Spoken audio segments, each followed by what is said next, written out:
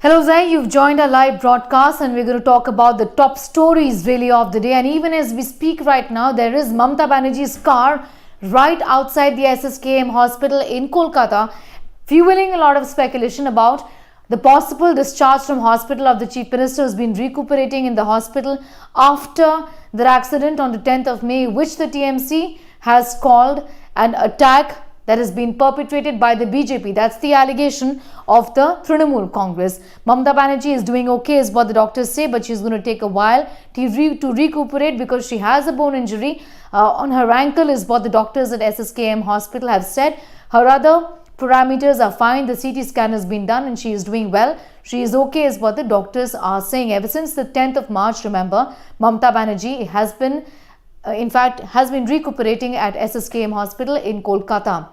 Now, as far as this particular incident or quote-unquote attack is concerned, the TMC is trying to make the right noises about it. They have in fact also lodged protests with the Election Commission. Yesterday, they went with the memorandum to the Election Commission complaining that this has been perpetrated by the BJP.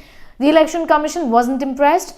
Today, they went back to the Election Commission again in the national capital. So, they're making all the right noises around this. The BJP, on the other hand, has said, bring it on, procure the CCTV footage, get the CCTV footage to show that there were 4 to 5 people who have in fact pushed Mamata Banerjee on the 10th of March after she filed for a nomination from Nandigram, and do it. And let's see what the truth is. Let the truth come out is what the BJP essentially has said.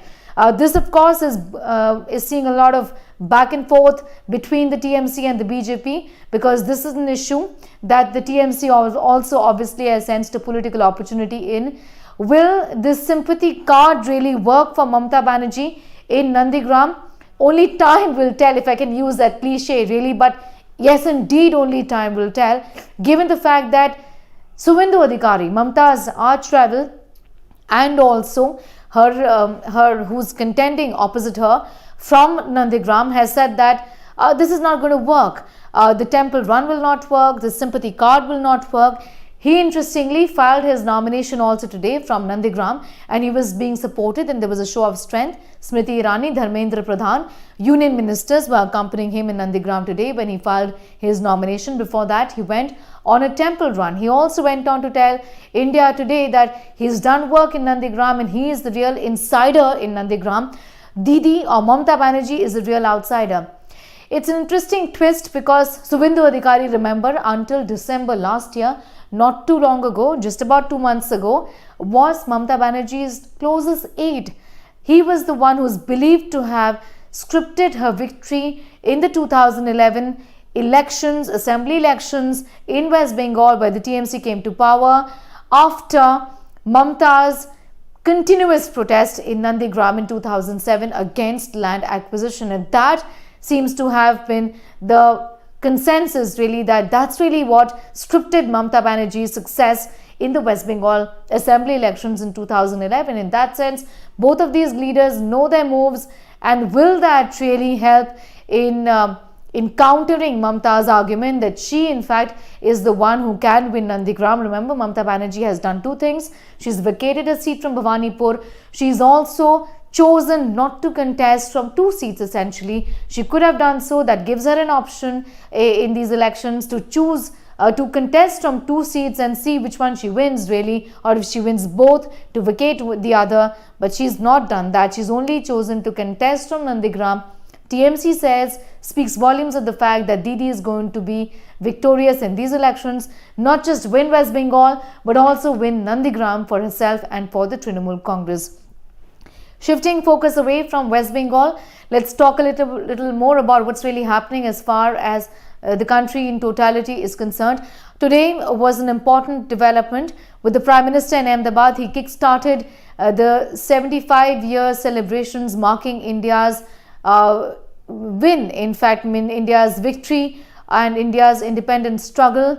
Of course, that is a year-long event that the government of India has planned.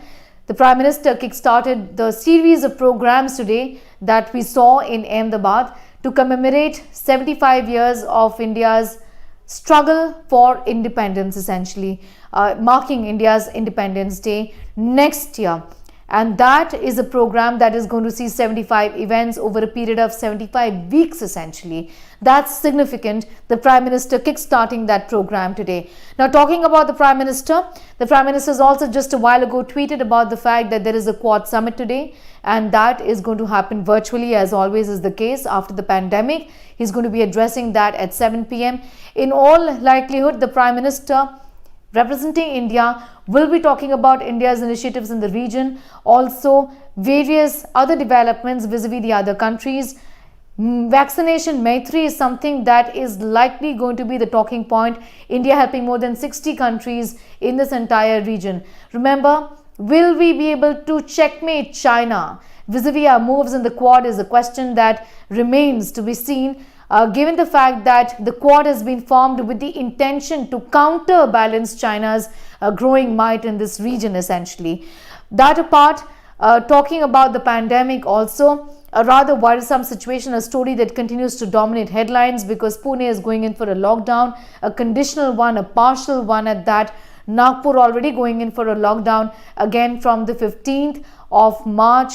All of these developments just bring us back to the situation that we found ourselves in exactly a year ago when the World Health Organization in fact around this time of the year declaring coronavirus or COVID-19 as a pandemic. So it was an epidemic up until the 11th of March, and on the 11th of March the World Health Organization said that this is a pandemic. So it's been a year since we've been dealing with this pandemic, and unfortunately it clearly has an upper hand over us, so to speak, because cases are increasing not just in different parts of the world but in India also, with the country reporting, once again I'm going to take you through the details, of more than 23,000 cases again, and that is rather worrying. The government of India continues to say that Maharashtra and Kerala, Maharashtra by the way has reported more than 14,000 cases.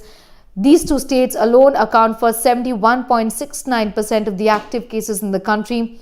Kerala, Punjab, Karnataka, Gujarat and Tamil Nadu continue to report an upsurge in the daily number of cases, and this is of concern.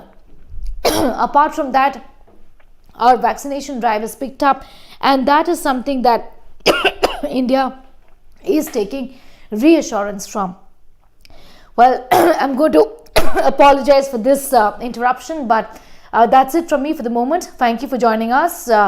We'll of course continue to get you all updates, all developments vis-a-vis elections in West Bengal and also the COVID-19 pandemic, because unfortunately the pandemic is not declining, far from it really, in India and many other parts of the world as well.